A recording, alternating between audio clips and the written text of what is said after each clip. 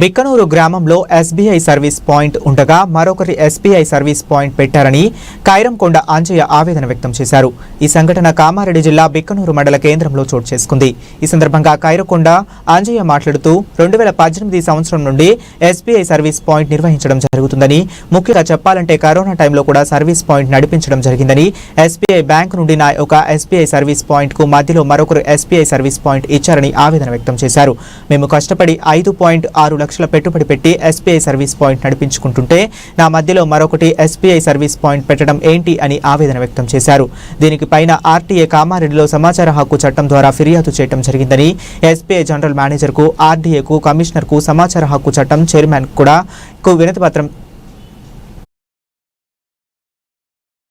SBI general మేనేజర్కు, RDA కమిషనర్కు, సమాచార హక్కు చట్టం చైర్మన్ కూడాకు ఫిర్యాదు చేయడం జరిగిందని, వెంటనే ఎఫ్ఐ అశోక్ చౌహాన్ రాయటం జరిగిందని మరియు తొందరలోనే కొత్తగా పెట్టిన ఎస్బీఐ సర్వీస్ పాయింట్ తొలగిస్తారని చెప్పడం జరిగిందని, కానీ 2 నెలలు గడుస్తున్నా ఇంతవరకు అక్కడ నుండి సర్వీస్ పాయింట్ను తొలగించడం లేదని ఆవేదన వ్యక్తం చేశారు. ఇప్పటికైనా దీనిపైన జిల్లా కలెక్టర్కు వారు స్పందించి నాకు న్యాయం చేయాలని కోరారు.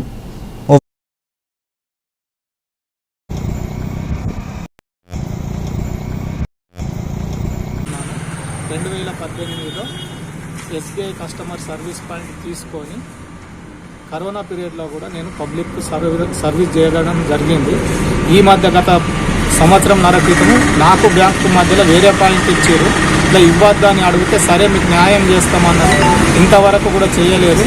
ఆర్టీఏలో కంప్లైంట్ చేశాను, జీఎం గారికి చేశాను, ఆర్టీఏ కమిషనర్ గారికి చేశాను.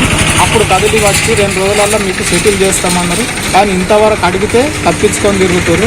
దయచేసి కలెక్టర్ గారైనా మా యందు స్పందించి మాకు న్యాయం చేస్తారని ఆశిస్తూ మేము ఈ స్టేట్మెంట్ ఇవ్వడం జరిగింది. అయితే ఆర్బీఎంలో అశోక్ చౌహాన్ అని ఎఫ్ఐ మేనేజర్గా ఉండే, రవీందర్ అసిస్టెంట్గా ఉండే, వీళ్ళిద్దరు కలిసే చేసింది ఇది. అయితే కంప్లైంట్ చేస్తే బిక్నూరుకి వచ్చి నా పాయింట్కి కూడా వచ్చి 1 గంట సేపు ఉండి సరే మీకు నెల లోపల సెటిల్ చేస్తా అన్నాడు.